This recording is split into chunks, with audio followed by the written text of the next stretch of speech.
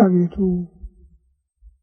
ቸር እግዚአብሔር አምላካችን ሆይ በዚህ ዕለት በዚህ ሰዓት በዚህ ስፍራ በቸርነትህ ስለሰበሰብከን በዚህ ከፍተኛ ቀጠሮ ስላደረስከን ከሁሉ አስቀድሞ ቅዱስ ስምህን እናመሰግናለን።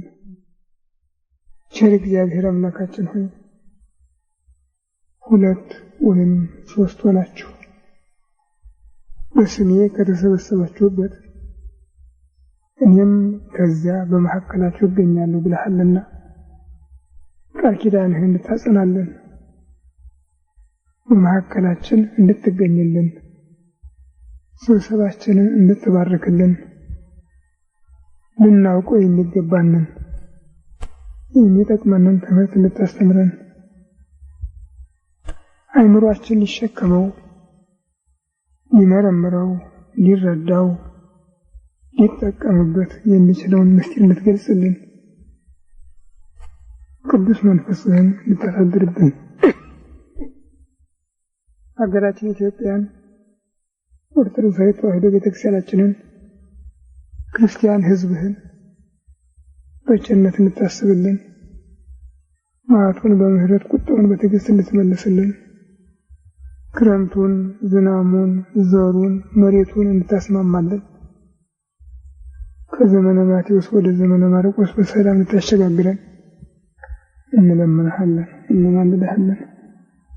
ክብር ምስጋና ለአብ ለወልድ ለመንፈስ ቅዱስ ይሁን ዛሬም ዘወትርም ለዘለዓለም አሜን። አባታችን ሆይ በሰማይ የምትኖር ስምህ ይቀደስ፣ መንግሥትህ ትምጣ፣ ፈቃድህ በሰማይ እንደሆነች እንዲሁ በምድር ትሁን። የዕለት ምግባችንን ዛሬ ስጠን፣ በደላችንን ይቅር በለን እኛም የበደሉንን ይቅር እንደምንል፣ አቤቱ ወደ ፈተና አታግባን ከክፉ ሁሉ አድነን እንጂ መንግሥት ያንተ ናትና ኃይል ምስጋናም ለዘላለሙ አሜን።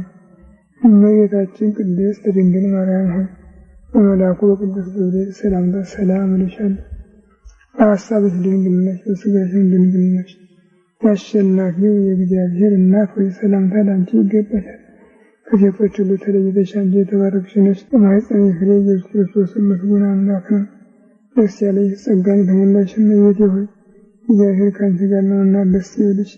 ከተወደደው ልጅሽ ከጌታችን ከመድኃኒታችን ከኢየሱስ ክርስቶስ ምሕረትን ለምኝልን ኃጢአታችንን ያስተሰርይልን ለዘላለሙ አሜን።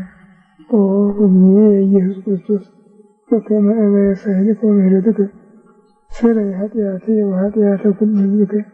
ጌታዬ ኢየሱስ ክርስቶስ ሆይ እንደ ይቅርታ እንደ ቸርነትህ ብዛት የእኔንም የሕዝብህንም ኃጢአት አስተስርይ።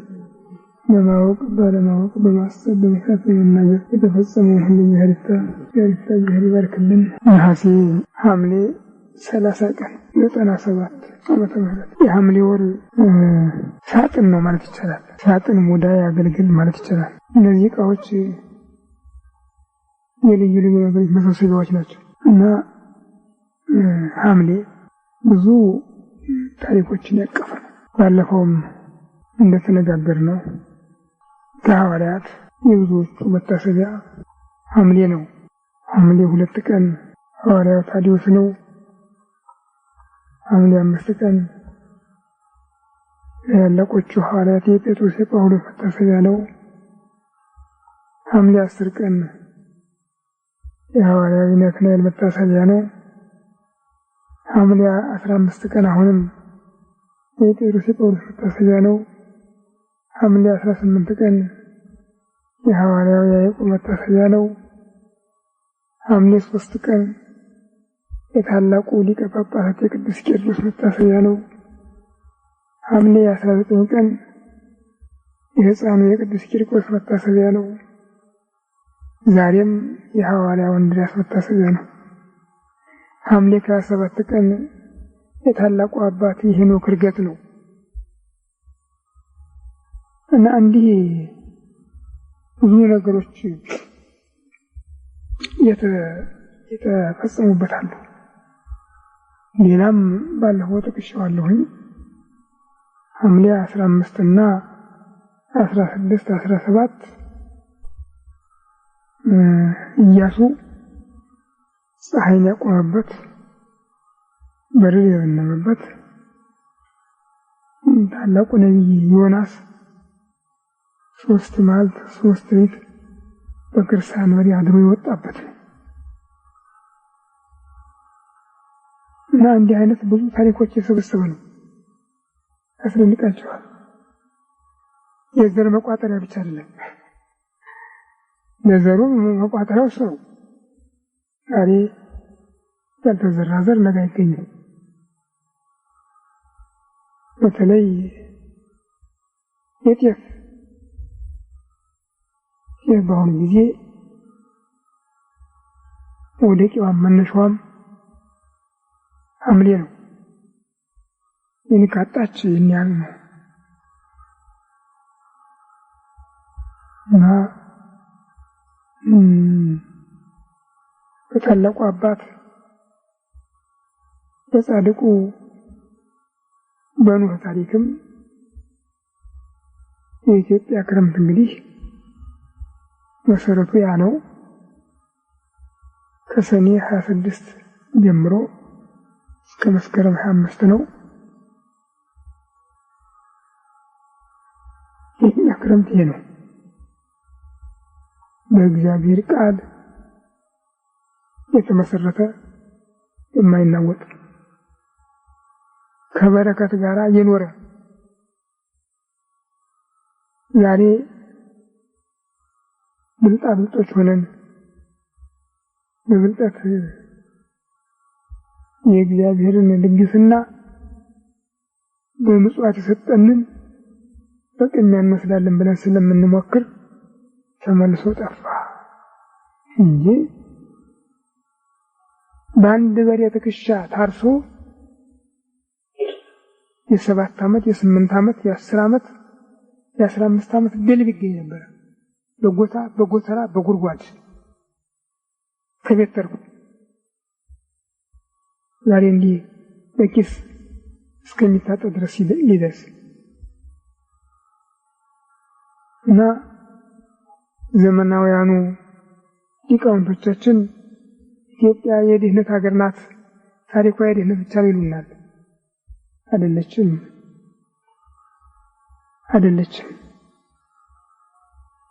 የገነት ጎረቤት እንደመሆኗ የሀብት፣ የበረከት፣ የጸጋ፣ የሕይወት፣ የልዕልና፣ የቅድስና አገር ነበረች። በዚህ 100ኛ ዓመት ብቻ ነው ይሄን ሁሉ የተራቆተች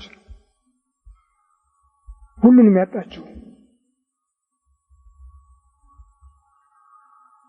በልዩ ልዩ የመድኃኒት ስም የገባው ዝቃጭ ማዳበሪያ እና እሱን የመሳሰሉት ሁሉ ምድሪቱን መካን አደረጓት። መካን ብቻ አይደለም፣ አያችሁ፣ አንድ ምግብ ሳይስማማችሁ ሲቀር በሆዳችሁ ውስጥ ከመጎራበጥ አልፎ በውጭ ቆዳ ላይ የሚያሳየው ምልክት አለው እና ያ ከምግብ የሚመጣ ነው። የኢትዮጵያ ምድርም ከፈረንጅ ልዩ ልዩ ቅመም መድኃኒት የተቀበለችውን ማዋጥ አልቻለችም፣ አልተቀበለችው። ይህ በመሆኑ ምድሪቱ ፍሬ ለመስጠት መካን ከመሆኗም ሌላ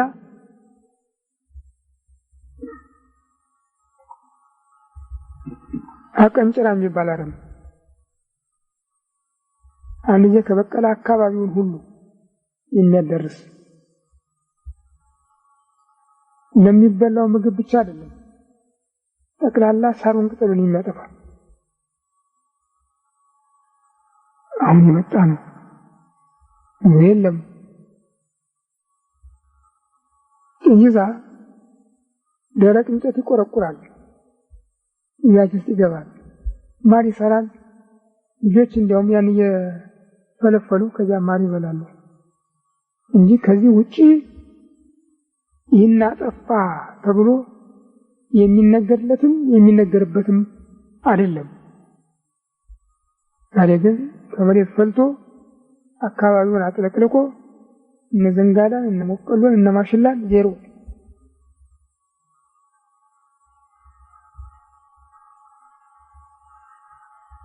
እና ብዙ አስቸጋሪ ሁኔታዎች እየታዩ ነው።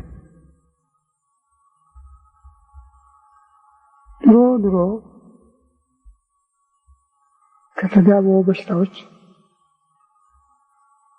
በኢትዮጵያ የታወቀ ነው የሚባለው ከምንዝር የሚወለደው ቂጤ ብቻ ነው። ሌላ የለም ነበር። እሱም ከተጠናቀቁ በቃው። ከአንድ ወደ ሌላ የሚተላለፍበት ነገር የለውም። ከዛ ቀጥሎ ጨብጥ የሚባል ነገር መጣ። ከዛ ቀጥሎ ባምቦሊ የሚባል ነገር መጣ። አሁን ደግሞ ወንድና ሴት ይገናኙ አይገናኙ አይታወቅም። ግን ያም ቢመረመር ኤድስ ነው የሚባል። እኔ ክትባት እንደሆነ ነው ቆጥረው እንጂ በእርግጥ ከሰዎች የተወለደ በሽታ ነው እያላምነው። ለምን ቢባል አንድ በሽታ መጀመሪያውኑ ፈለጠኝ ቆረጠኝ የሚል ስሜት መስጠት አለበት። ሆዴን ይቆርጠኛል ራሴን ይፈልጠኛል ካላለ በህይወት በሰላም እየዘለለ ሄዶ ሲመጣ ግን ታመሃል ተብሎ ይመጣበት ያቺ ትንጨነቅ።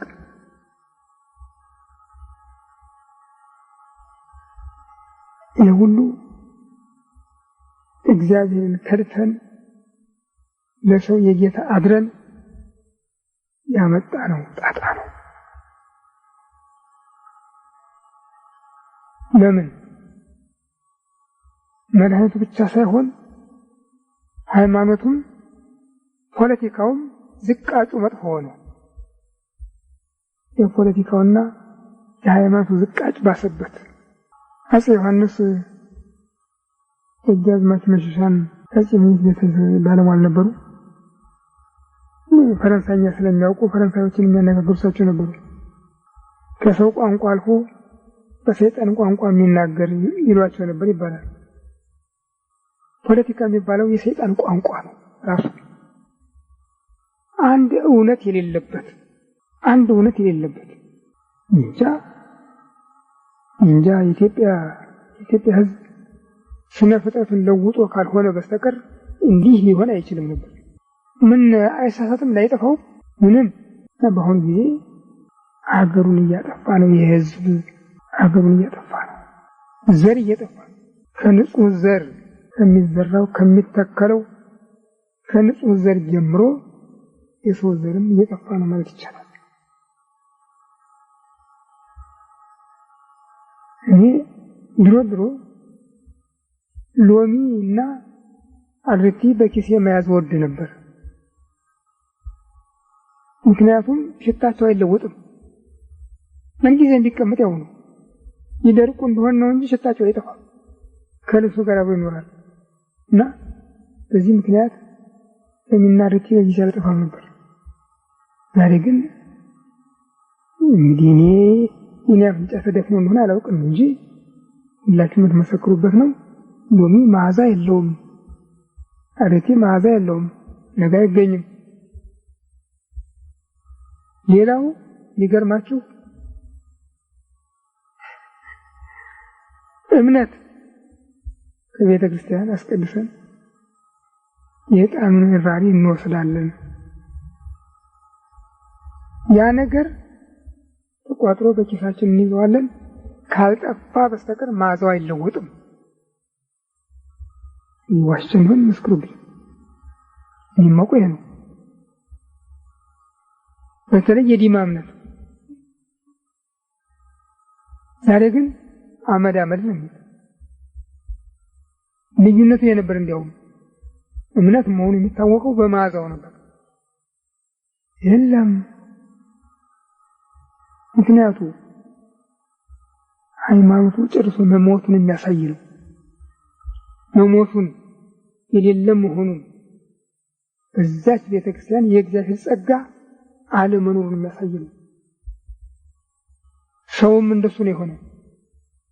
ሰውም ብቻ ካገኘ ገንዘብ ካጣም ለሰው ጌታ አድሮ እንዳልሆነ ሆኖ መቅረት እንጂ ራሱን የሚያከብር የሚኮራ የልብ ሐሞት ያለው እውነትን ተናግሮ ከመሸበት ያድራል እንደሚባለው ሆነ ሰው የለም። ታዲያ ይሄ የእግዚአብሔር ቁጣ እኮ ነው። የእግዚአብሔር ቁጣ ነው። አሁን ተሰማ እንደውም ቂጥኝም እንደገና እየተባዛ ነው ይሉኛል። ኤልስ ብቻ ነው እሱም እየተባዛ ነው በከተማ እያሉ ነው። ታዲያ ፊታችንን ወደ እግዚአብሔር ብንመለስ ግን ምናልባት አዲስ ሀገር አዲስ ሕይወት ማግኘት እንችል ይሆናል። እሱ ይቻላል። የማያረጅ አዲስ ነው። በነገሩ ያለንበት ዘመን በጥሪ የመጣ ነው። እግዚአብሔር ጠርቶ ያመጣው ነው። በማቴዎስ ወንጌል ምዕራፍ 24 እና በልዩ ልዩ ጽሑፎችም እንደተገለጠው በኋላ ዘመን ብሎ እሱ ራሱ የመምጣትና የዓለሙ ፍጻሜ ምንድነው የሚል ጥያቄ ላቀረቡት ለደቀ መዛሙርቱ የሰጠው ምልክት ሕዝብ በሕዝብ ላይ መንግስት በመንግስት ላይ ይነሳሉ፣ በየአገሩ ራብ፣ ጦር፣ ቸነፈር፣ ሽብር ይሆናል። አታድንቁ ነው ያለ። እንዲያውም የምጥ ጣር መጀመሪያው ነው ያለ፣ መጨረሻው ሳይሆን መጀመሪያው ነው ያለ። ብዙዎች እኛ ክርስቶስ ነን የክርስቶስ ነን እያሉ ይመጣሉ፣ ግን ተጠንቀቁ ነው ያለ። እኛ አሁን እግዚአብሔር የማያውቀው ነገር አልመጣም ነው የምንለው። አዎ እግዚአብሔር የማያውቀው ነገር አልመጣም፣ ግን ሲመጣ ዝም ብላችሁ ተቀመጡ አይደለም ያለ፣ ተጠንቀቁ ነው ያለ። እኔ እጠብቃችኋለሁ፣ እኔ ያለሁ፣ እኔ እረዳችኋለሁ አላለም እንደሌላው ጊዜ ሁሉ። ተጠንቀቁ እንዳያስቷችሁ ነው ያለ። እንዳያስቷችሁ ተጠንቀቁ።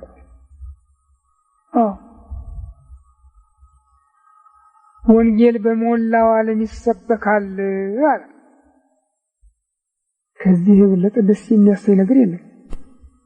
ክርስቲያን ለሆነ ሁሉ ወንጌል በሞላው ዓለም ይሰበካል፣ ግን መፈራረጃ ሊሆን ነው ያለው። ያጽድቅ ነው አላለም። መከራውም ለሱ ነው። መከራውም ለሱ ነው። በተቀደሰው ቦታ አለ ጌታ የርኩሰት ምልክት ቆሞ ባያችሁ ጊዜ ያን ጊዜ በነቢዩ በዳንኤል የተነገረው እንደደረሰ እወቁ ነው ያለ።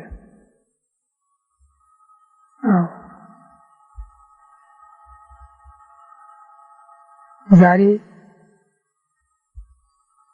ቤተክርስቲያንና ዓለም ልዩነት የላቸው። አንድ ቋንቋ ነው የሚናገሩ፣ አንድ መንገድ ነው የሚሄዱ፣ አንድ ነገር ነው የሚናገሩ። ያው የፖለቲካ ዝቃጭ ልማት ልማት ልማት ልማት የተኙ ሙታን እንኳን እንዳልኩ ከመቃብራቸው እየፈለሱ በክርስቲያኖች እጅ ክርስቲያኖች ነን በሚሉ መሆንስ አይደሉም ነን በሚሉ የሚፈጸመው እያየን ነው። በዚያ ጊዜ ይላል ጌታ ዓለም ከተፈጠረ ጀምሮ ያልተደረገ ወደፊትም ይደረጋል ተብሎ የማይታሰብ ነገር ይደረጋል። ለሚያጠቡ፣ ለጸነሱ፣ ለወለዱ፣ ለሚያጠቡ፣ ለሚያሳድጉ ወዮላቸው ነው ያለው። ዛሬ ከወላድ በቀር ማን ነው ጭንቅ ውስጥ ያለ? ወላድ ብቻ ናት። ልጅን በግርብ ታስሮ ቤት መዋል አይቻልም። ከዚያ የበለጠ ደግሞ ተማሪ ቤት ነው የሚውለው። ትማራለህ ና ተብሏል። ትማራለህ፣ ትሞታለህ ያለ የለም። ትማራለህ ነው ያሉት። አትማርም ቤት ነው ተብሎ ነበር። ትማራለህ አሉት እና ግን የሚማር መስዋዕት ስለልጅ ለግን የጠበቀው ሞት ነው። እና አገራችን ከዚህ መከራ ውስጥ በነበራት እምነት ጸንታ ቢሆን ኖሮ ለራሷ ቀርቶ ለሌላው መጠጊያ መሸሻ ትሆን ነበረ። ግን እምቢ ብለን የፈረንጅ ጥገኞች ስለሆን እንግዲያውስ እነሱ የሚጠጡትን እናንተም መጋት አለባችሁ ብሎ ግራ መጣው። አመጣው። እነሱም እኮ እምቢ ስላሉ ነው። እኛም እምቢ ካልን ያው ነው።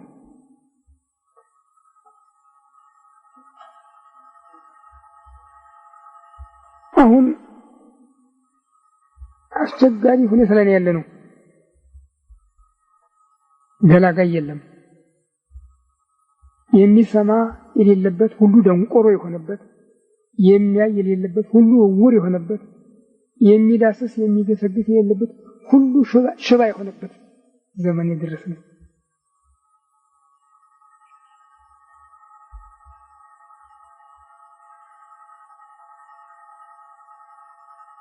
እንጃ እንዲህ ያለ ነገር ይችላል።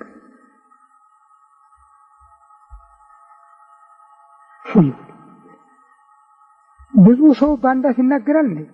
ሰምታችሁ ታውቃላችሁ? ለመሆኑ ብዙ ሰው በአንድ አፍ ሲናገር በአንድ ልብ ሲያስብ ይስም አይቻልም ካሁን በቀር።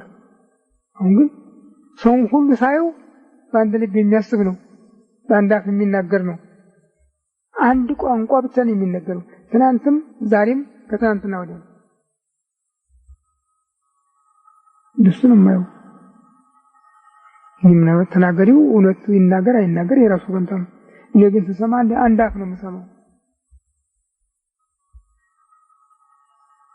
እና ትልቅ ፈተና ውስጥ ነው የደረስን።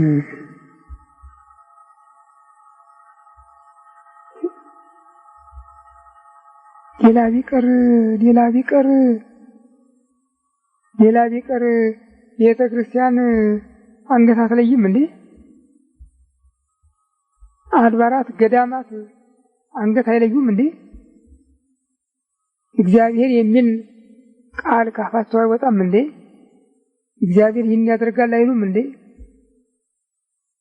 ምን ጉድ ነው? ህዝቡስ እሺ ይሳሳት፣ መንገድ ይልቀቅ። ማን ነበር የሚመራው? ጨው ሁሉ ድንጋይ ሲሆን አታዝኑም? እናንተ የምድር ጨው ናችሁ ያለው ኃያል አምላክ እኮ ጨው አልጫ ቢሆን ነው ያለ። በምን ይጣፍጣል? ራሱ እንዴት ሊለወጥ ይችላል? ድንጋይ ነው ተብሎ አውጥቶ ከመጣል በስተቀር ሌላ መድኃኒት የለውም ነው ያለ። አዎ ዓለምን ሊያጣፍጡ ዓለምን ወደ እግዚአብሔር ሊመልሱ ተሾመው የነበሩ ጳጳሳት፣ ቀሳውስት፣ ዲያቆናት፣ መነኮሳት ድንጋዮች ነው፣ የጨው ድንጋዮች።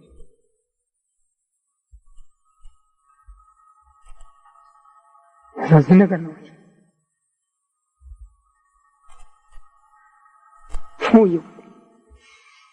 አንድ ሰው ነበሩ ይባላል ጎጃም የጠፉ ክሌቱ አየንት በአሐቲ ዕለት ይሉ ነበር አሉ። ሁለቱም አይኖች በአንድ ቀን ይጠፋሉ የነበረው ቋንቋቸው። የጠፉ ክሌቱ አየንት በአሐቲ ዕለት ምን ማለታቸው እየተባለ ይነገር ነበር። እኔ ሰውዬውን አላውቃቸውም፣ ታሪካቸው ስለደረሰኝ። እሳቸው ግን ይህ ያሁኑ ዘመን ታይቷቸው ኖሯል። ሁለቱም መሪ ንጉስም ጳጳስም የሌሉበት፣ ቤተ መንግስትም ቤተ ክህነትም የሌለበት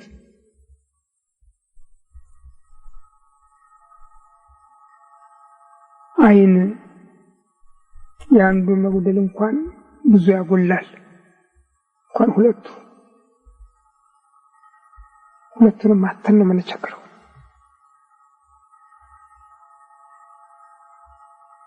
ከሁሉ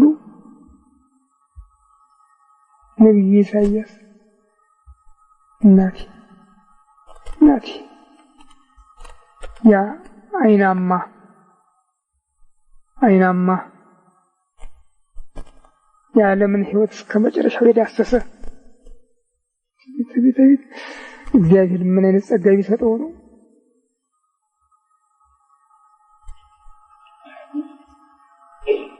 ዓለም ትናንትም ዛሬም ያላየውን ምስጢር ያየ። ኧረ እናንተ የዳዊት ቤተሰቦች ያላቸው እኮ ተው። እግዚአብሔር ሰውን ማሳዘን ማበሳጨት እንኳን ይከብዳል። እንኳን እግዚአብሔርን እንዴት ታሳዝኑታላችሁ? እንግዲያውስ አላቸው እግዚአብሔር ከሰማይ ምልክት ይሰጣችኋል። ድንግል በድንግልና ጸንሳ በድንግልና ትወልዳለች፣ ወንድ ልጅ ትወልዳለች፣ ስሙንም አማኑኤል ትለዋለች ያላቸው። ይህን ቃል ማንም ነቢይ አልተናገረውም፣ አልደገመውም። ከሰውና ከመላእክት አእምሮ በላይ የሆነ ምስጢር የገለጸለት። እንደገና በቀራንዮ አደባባይ ቀይ ግምጃ ለብሶ መስቀል ተሸክሞ ሲወጣ ከ700 ዓመት በፊት ሆኖ እኮ ነው ያየው። መኑ ቱቢሲ መካህ ዘይወፅእ ሜዶም ኃያል ወግሩን በልብሰቱ ባለባበሱ እጅግ የሚያስፈራ ያ ቀይ ጉልማሳ ማን ነው? ያ ጉልማሳ ማን ነው ያለው?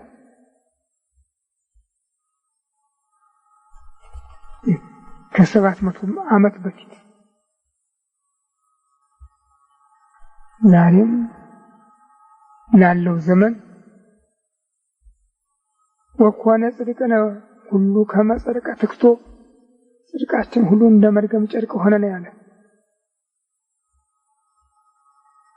እንዲህ ያለ ነው የሆነው። አሁን በዓለም ያለች ቤተክርስቲያን ሰውን ከእግዚአብሔር ማስታረቅ ተሳናት፣ ራሷ ስለወደቀች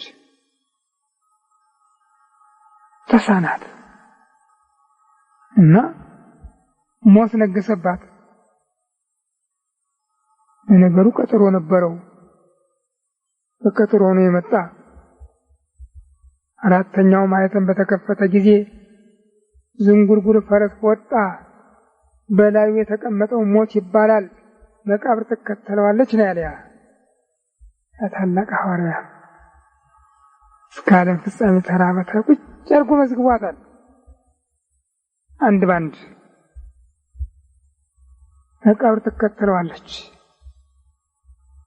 በምድር አራተኛ እጅ ላይ በሞት ጥቁር፣ ቀይ፣ ነጭ የማይባል ድብልቅልቅ ማን ነው የምትሉት? ዲሞክራሲ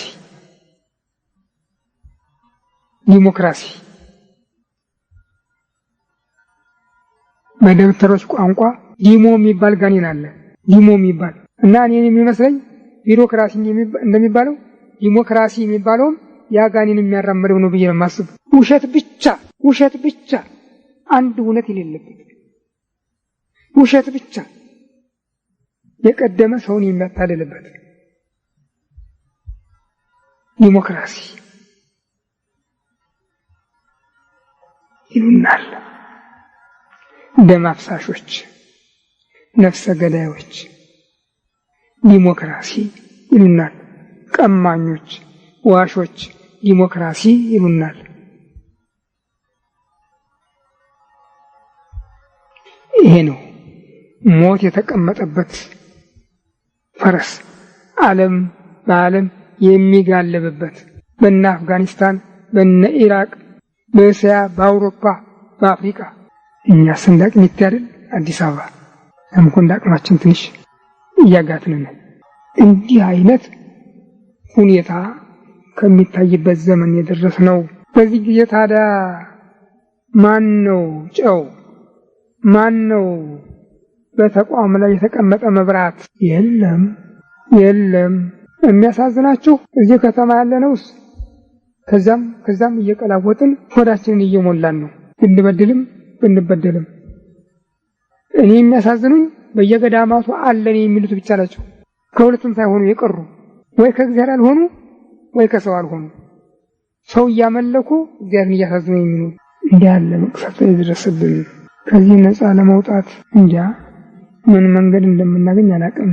የምታውቁት በቤተክርስቲያናችን ባህል መሰረት አባቶቻችን ሐዋርያት እንዳስተማሩንም ከነገ ነሐሴ 1 ቀን ጀምሮ እስከ 16 ቀን ድረስ በእመቤታችን ስም የሚቀርብ ጾም፣ ጸሎት፣ መስዋዕት፣ ምጽዋት ነበረ። ወጉ ዛሬ የማይቀር ይሆናል፣ ግን ዋጋ የለውም። እንዴት ብለን ኢትዮጵያን ለማስታረቅ በሚችልበት ስራ ላይ ለመዋል እንደምንችል አላውቅም። በእውነት ቢሆን ደስ ይለኝ ነበር። በኢትዮጵያ ታሪክ በአሁኑ ጊዜ ያለ አስቸጋሪ ታሪክ የለም።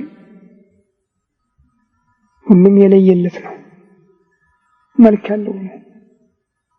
ይህ ግን ሁሉም እንዳልኩት በዝንጉርጉሩ ፈረስ ላይ የሚጋልብ ስለሆነ መልክ የለውም።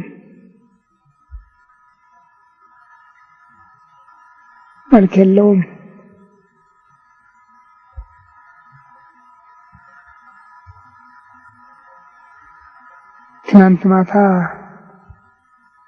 ዛሬም ጠዋት በመገናኛ ክፍሎች የሰማችሁት ድምፅ አለ። ከሞላ ጎደል እንደሰማችሁ አስታውሳለሁ። እንዲያው ግን ድምፁ ምን ይመስላችኋል? የሞት ወይስ የህይወት ድምፅ ነበር? አያሳዝናችሁም? አያስገርማችሁም? እንጃ።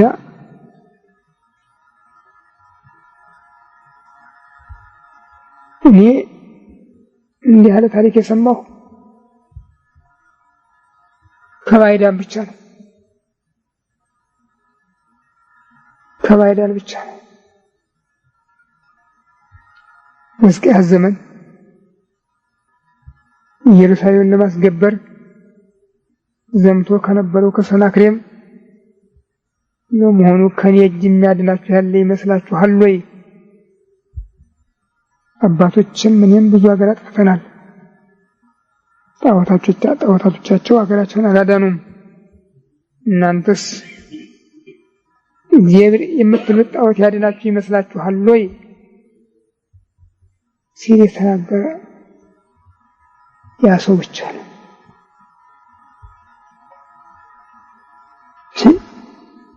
በሰው ህይወት ላይ እንዲህ አይነት ሙሉ በሙሉ ሞትን ሆኖ የሚናገር ሰው አልሰማሁም።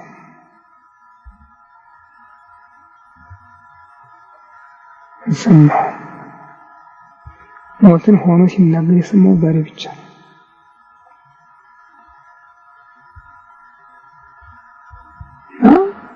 ይህ ሁኔታ የሰውየው አይደለም፣ የኛ ኃጢአት ያመጣው ነው።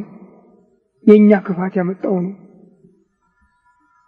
የኛ ኃጢአት፣ የኛ ክፋት፣ የኛ ልግመት፣ የኛ ሸር ያመጣው የወለደው ነው።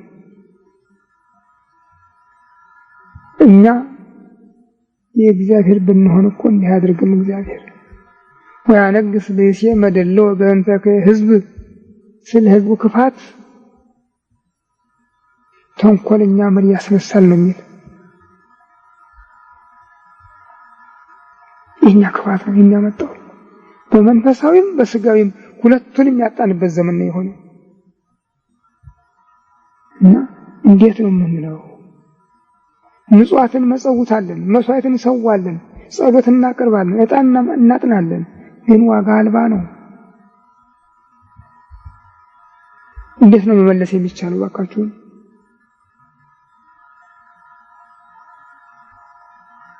እንጃ።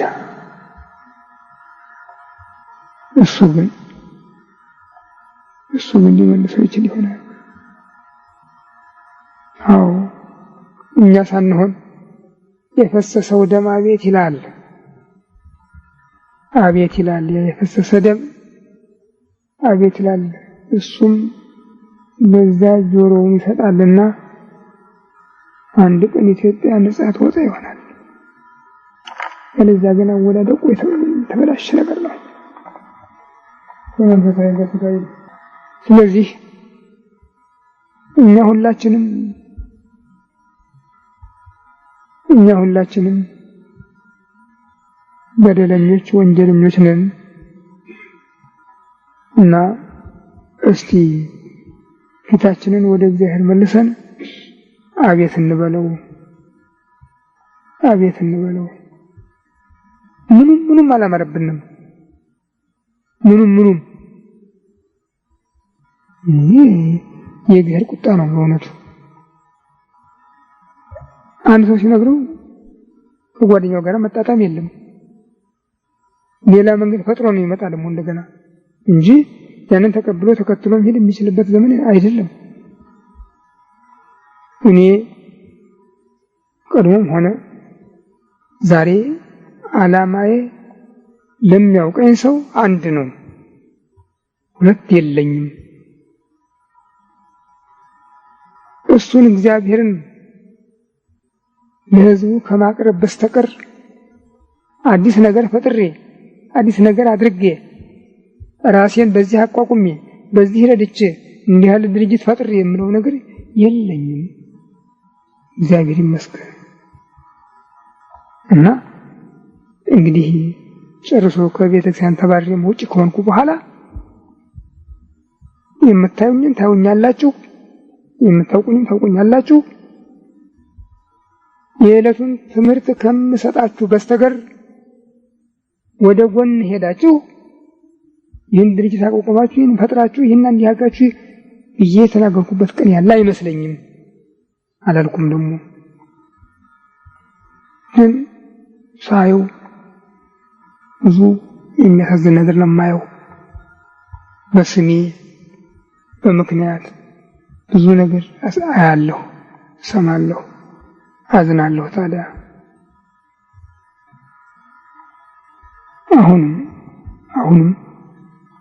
አሁንም ዛሬ የምሰጣችሁ አደራ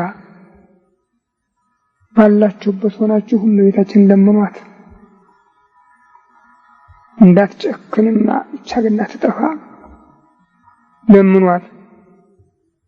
ባለቤቱ ብሏል። ቅዱስ ዮሐንስ ወንጌላዊ በራእዩ በምዕራፍ 16 በቁጥር 15 ላይ ጽፎታል። እኔ እንደ ሌባ ድንገት እመጣለሁ፣ ወብፁዕ ዘይተግህ ወያዕቅብ አልባሲሁ ከመ ይሁር ራቁ ወያስተሪ ኀፍረቱ። ተግቶ ልብሱን የሚጠብቅ ሰው ብፁዕ ነው፣ ራቁቱን እንዳይሄድ እርቃኑ እንዳይገለጥ ብሏል። እና እርቃናችን እንዳይገለጥ ሀገራችንም ከሀገር ቤት እንዳትጠፋ ከተፈለገ ጠንከር ብለን ለእመቤታችን መንገር አለብን። ያቺ ቤተክርስቲያን ብትኖር ኖሮ አሰጋንም ነበር። ግን የለችምና በየራሳችን ለጥናታችንን አቤት ማለት አለብን። ለነፍሳችን፣ ለራሳችን፣ ለህይወታችን፣ ለቤተሰባችን። ስለዚህ ተመልሰን ለመገናኘት እግዚአብሔር ካበቃን ፈቃዱ ይሁንልን። ያለዚያ የሱ ፈቃድ ይሁን ምን እናደርጋለን? የምናደርገው ነገር የለምና እንዲህ ከጾም በኋላ ነው የምንገናኘው። ያድረስ ግን በያላችሁበት ለእመቤታችን ንገሯት። አገሪቱን ርስት ህዝቧን አስራት አድርጌ ሰጥቼሻለሁ ብሎሻል። ሰይጣን ለምን ይቀማሻል? በሏት። ለምን ይቀማሻል? ካንቺ እሱ ይበረታሉ፣ እሱ ያሸንፋሉ። እና ህዝብሽን አገርሽን አድኝ ብላችሁ ንገሯት። የሕያው አምላካችን ተመልሰን ለመገናኘት ያብቃን።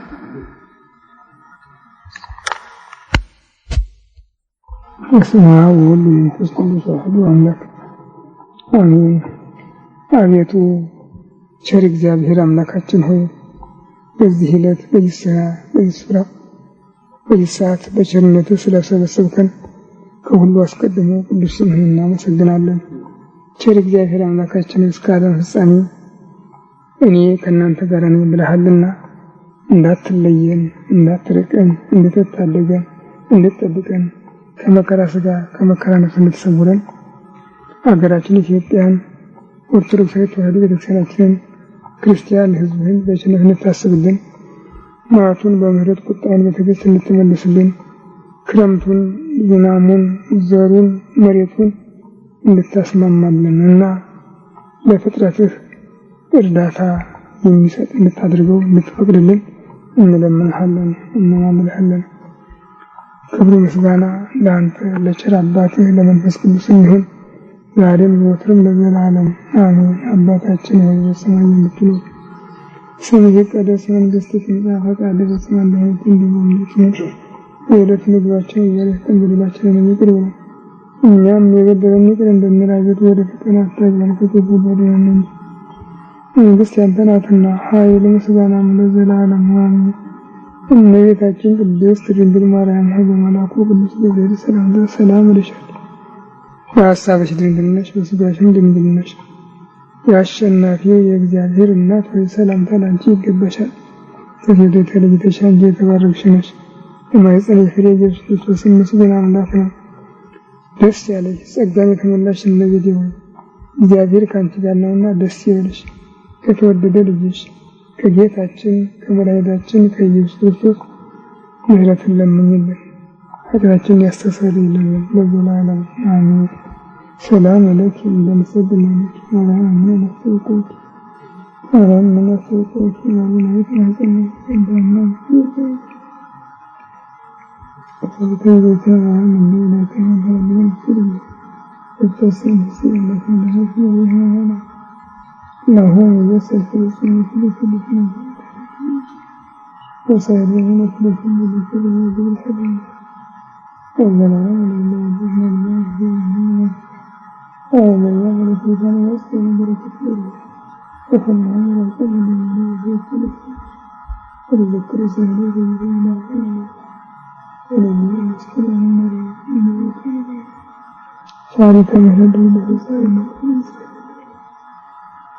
ቸሪቱ አማላጅቱ ወላዲተ አምላክ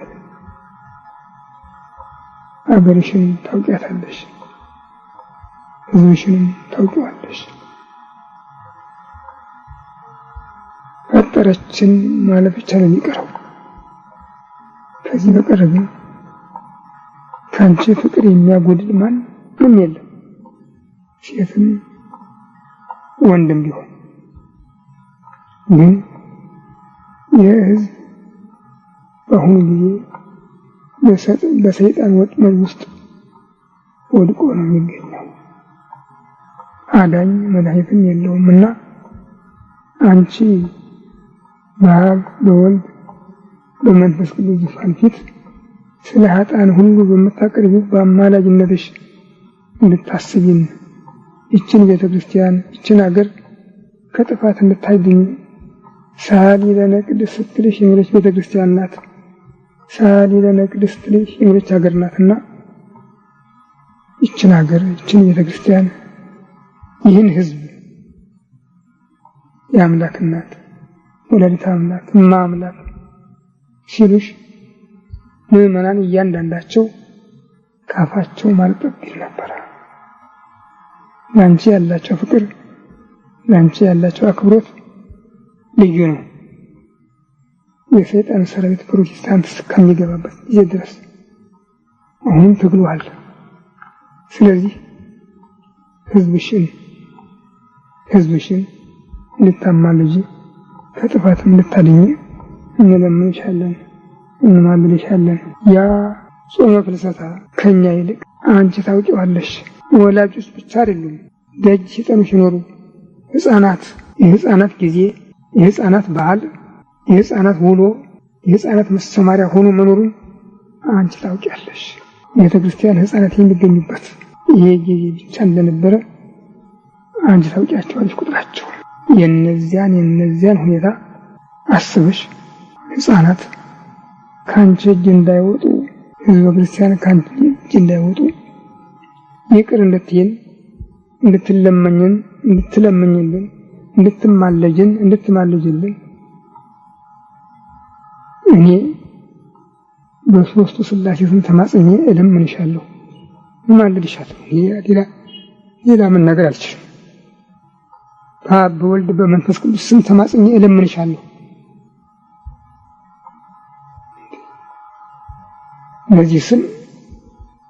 ለዚህ ስም አንቺ ምን ብላለሽ? እመቤቴ ህዝብሽን አስቢ እባክሽ ተይ እባክሽ አይክፋሽ። ጌታ ኢየሱስ ክርስቶስ እናት በእመቤታችን አማላጅነት ኃጢአታችንን ይቅር ጸሎታችንን ትቀበለን እለምንሃለሁ እማልድሃለሁ።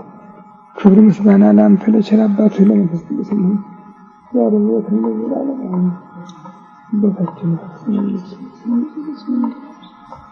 ፈቃድ በሰማይ ሁላችንም በክፉ በረን ክርስቲያን ኃይል ምስጋና ለዘላለሙ እመቤታችን ቅድስት ድንግል ማርያም ለመላእክት ለቅዱሳን ሰላም ይሁን። ታሳሽ ድንግል በስጋሽ እንደምንፈሽ ሰላምታ ላንቺ ይገባሻል። ነጽንት ኢየሱስ ምስጋና ለጸጋን የተመላሽ ደስ ይበልሽ። እግዚአብሔር ካንቺ ጋር ነው። ከጌታችን ከመድኃኒታችን ከኢየሱስ ክርስቶስ ሀገራችን ያሰኘን ዘላለም ኢየሱስ ክርስቶስ ወከመ በሳይልቅ ወተከሰረ ኃጢአት ጌታ ኢየሱስ ክርስቶስ ለይቅርታ እንደቸነተ የኔንም የሕዝብህንም ኃጢአት አስተሰርይ። በማወቅ ባለማወቅ በማሰብ በመፍራት በመናገር የተፈጸመውን ሁሉ ይቅር